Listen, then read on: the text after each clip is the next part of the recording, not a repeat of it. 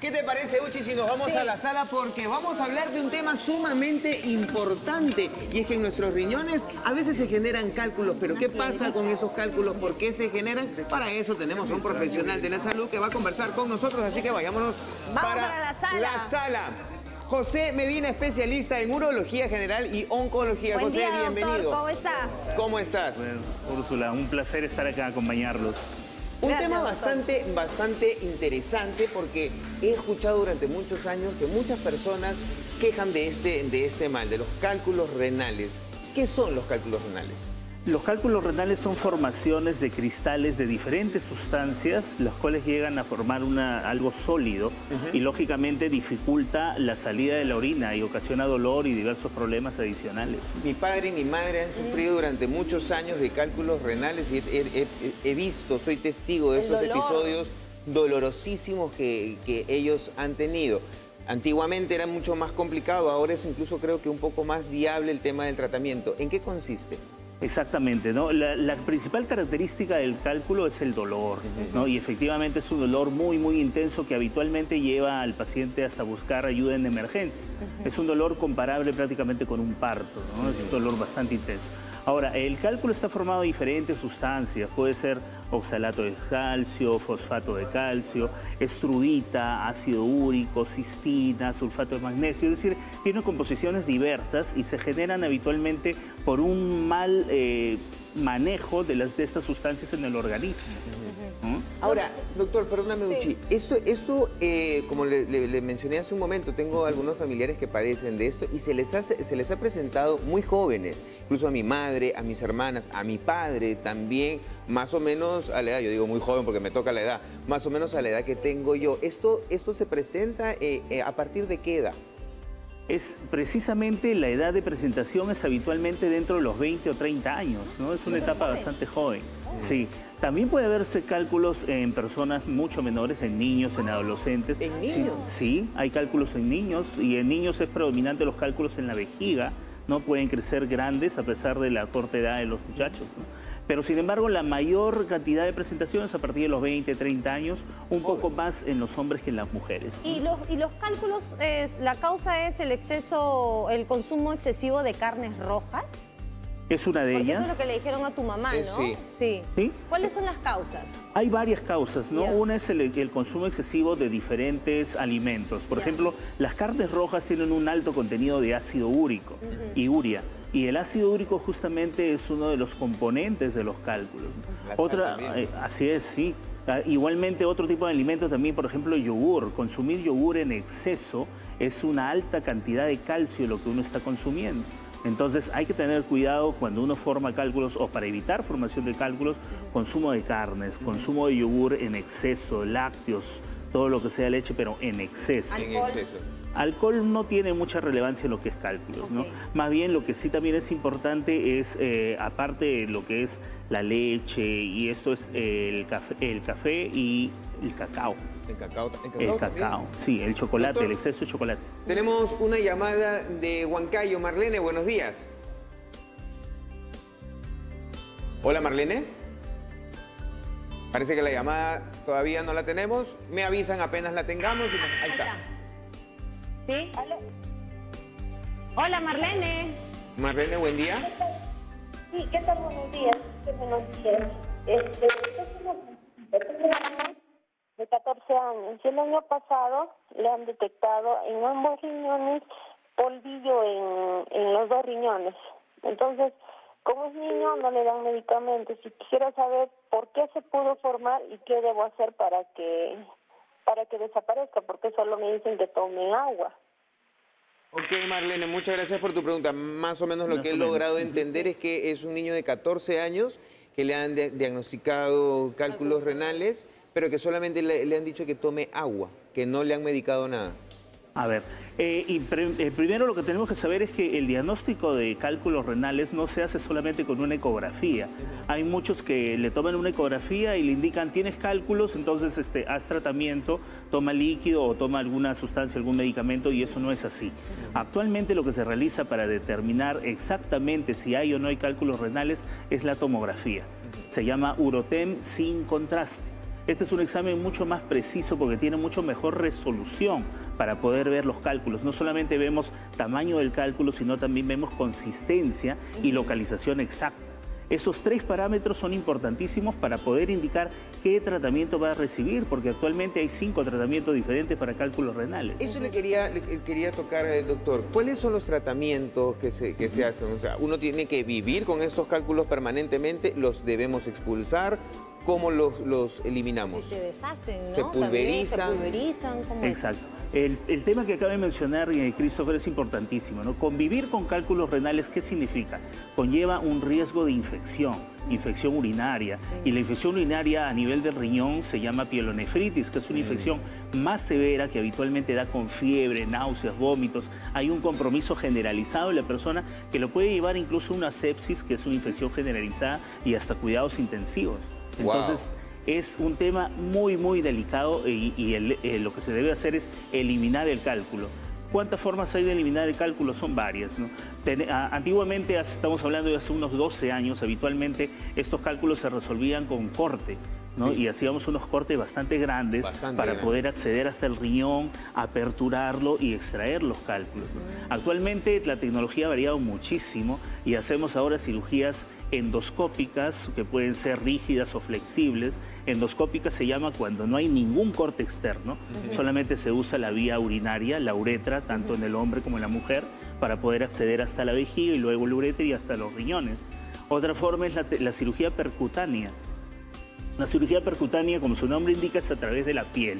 Se hace por la parte externa, habitualmente por la zona posterior, y mediante unas agujas y la ayuda de rayos X podemos nosotros llegar hasta la zona interna que contiene los cálculos, dilatar ese trayecto y poder extraer con una cámara de video los cálculos que están internamente, ¿no? Claro, es fabuloso. Es que, claro, la tecnología ya ayuda muchísimo para poder avanzar con eso. Tenemos otra llamada, doctor, Perfecto. de Arturo de Ventanilla. Buenos días, Arturo. Aló, buenos días. Sí, una consulta con el doctor. ¿Me escuchas? Arturo. Ya, mi pregunta es si los productos naturales, naturistas, ayudan a eliminar los cálculos. Por ejemplo, hay unos hongos chinos, ¿no? El ganoderma. Esa es mi pregunta. Gracias, Arturo. Es interesante siempre hablar del tema de la medicina alternativa, que se llama, ¿no? Hay que tener en cuenta que los médicos estudiamos los fármacos propiamente dichos, claro, y lo que está científicamente comprobado mediante estudios, que actualmente se hacen estudios que llamamos a doble ciego randomizado, significa que se agarra una población grande y se le da 2 tratamientos diferentes y se evalúan los resultados. Entonces, habitualmente nosotros manejamos con fármacos. Ahora, la parte de medicina alternativa, es cierto, de alguna forma las hierbas, otras sustancias pueden ayudar a incrementar la diuresis, ¿no? A incrementar la orina, la producción de orina. Y esto favorece a la expulsión de cálculos. Ahora, doctor, tenemos los cálculos y también tenemos arenilla. ¿Cuál es la diferencia entre uno y el otro? Los cálculos podemos decir que ya es cuando está bien formado. Bien formado se dice cuando, cuando es una piedrita de unos 3 o 4 milímetros. Cuando es menor de esa dimensión, ¿no? 2 milímetros, 3 milímetros, a lo mucho, se puede llamar microlitiasis o arenilla. Es un hallazgo frecuente en las ecografías, ¿no? Pero no significa que el paciente tenga cálculos. Ahora, por ejemplo, si yo micciono y mi orina está turbia y la veo como si tuviese arenilla, ¿este es un signo de alarma de que yo diga, uy, aunque no sienta mucho dolor ni al miccionar ni en la parte del riñón, esto es un signo de alerta que diga, uy, posiblemente puedo tener cálculos renales? Sí. Así. Sí, porque, claro, las características de la orina son importantes. La orina debe ser clara y, lógicamente, cuando uno consume menos líquido, la orina se concentra, se vuelve más amarilla, incluso hasta adquiere un olor un poquito característico, un poco fuerte. Sin embargo, hay que estar alerta de estos signos porque efectivamente pueden indicar una infección urinaria, pueden indicar también la presencia de cálculos y lógicamente amerita una evaluación, ¿no? Que como son un examen de orina o un urocultivo, una ecografía como mínimo, y si en la ecografía encontramos algún hallazgo sugerente de cálculos, complementarlo con una tomografía sin contraste. Ahora, doctor, corríjame si me equivoco con lo que más o menos estoy entendiendo de toda esta conversación. Básicamente, si nosotros cuidamos nuestra dieta, nuestra alimentación, vamos a prever de alguna manera los cálculos. Es la única vía que yo he entendido que hay. Efectivamente, sí, es un buen método, pero tengamos en cuenta que no solamente la producción de cálculos depende de lo que ingerimos, sino también depende del organismo que lo recibe. De lo que producimos también. ¿Qué significa? Que si el organismo tiene predisposición para hacer un mal manejo de calcio, o tiene calcio muy alto en sangre, o tiene ácido úrico muy alto en orina o en sangre, va a llevar a la formación de cálculos. Es por una enfermedad ya del propio paciente. Del paciente, no Hay, por ejemplo, hiperuricemia, que significa el aumento de ácido úrico en sangre. También hay hiperuricosuria, ácido úrico incrementado en orina. Esto tiende a formar cálculos, así los pacientes consuman todo natural, ¿no? Igual tienen ya una tendencia, ya hay tendencia familiar, como bien indicabas, parte de tu familia a veces puede tener papá, mamá, hermanos, cálculos. ¿Y eso ¿no? se hereda?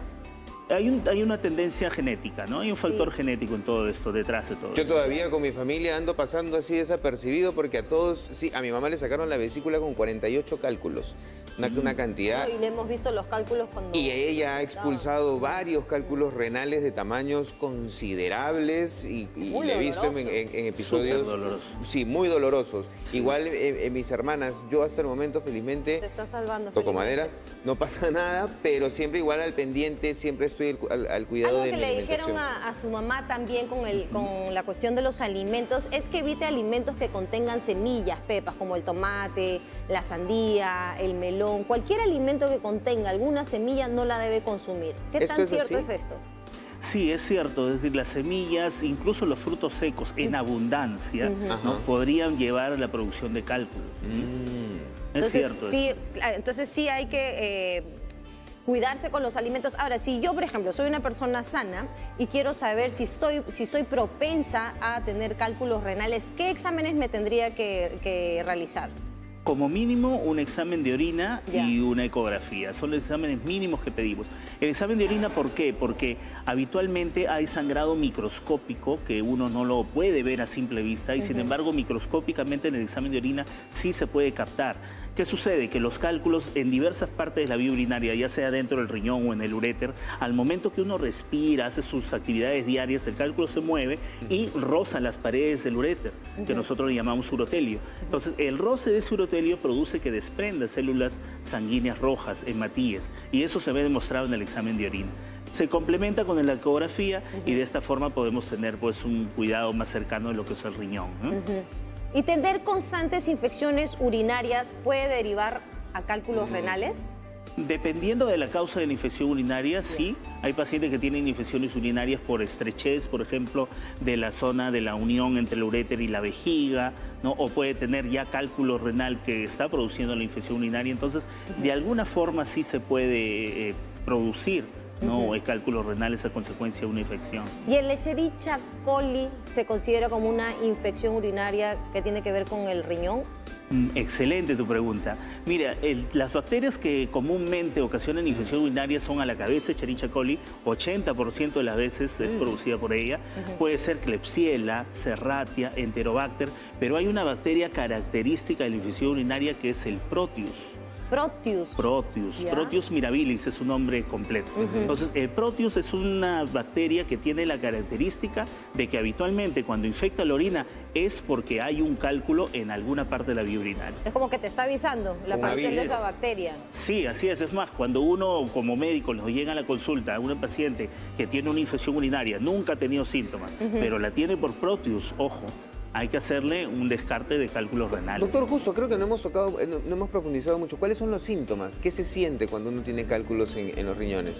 El síntoma predominante es el dolor lumbar, es el dolor en la parte posterior que luego se ubica hacia la zona anterior que le llamamos flanco y va bajando, ¿no? Porque hay que acordarnos que la vía urinaria empieza en el riñón, va por el uréter hasta llegar a la vejiga. Entonces los síntomas son bastante similares. El dolor inicia en la parte posterior, se va hacia el flanco, baja un poco a donde le llamamos fosa ilíaca o la zona de los genitales, la zona inguinal, tanto en hombres como mujeres.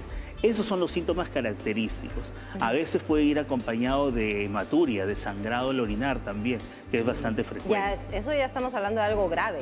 No necesariamente, ojo con eso, ¿no? No necesariamente el hecho de ver sangrado en la orina es algo grave. Yo me asustaría. Habitualmente sí, lógicamente cualquier persona, cualquier mira persona. sangre al momento de miccionar y se asusta, ¿no? Pero no tiene que ver mucho con la gravedad, ¿ok? Ok. Doctor, conclusiones, por favor, para que la gente y recomendaciones para que la gente tenga en cuenta. La recomendación sería, en primer lugar, tomar bastante líquido. Una ingesta adecuada de líquido sería 1,5 litros a 2 litros de líquido al día. Entonces, medirse con el consumo de la sustancia que ya hemos conversado anteriormente, ¿no? Que con las carnes rojas, cuidado con el cacao, cuidado con los lácteos excesivos, ¿no?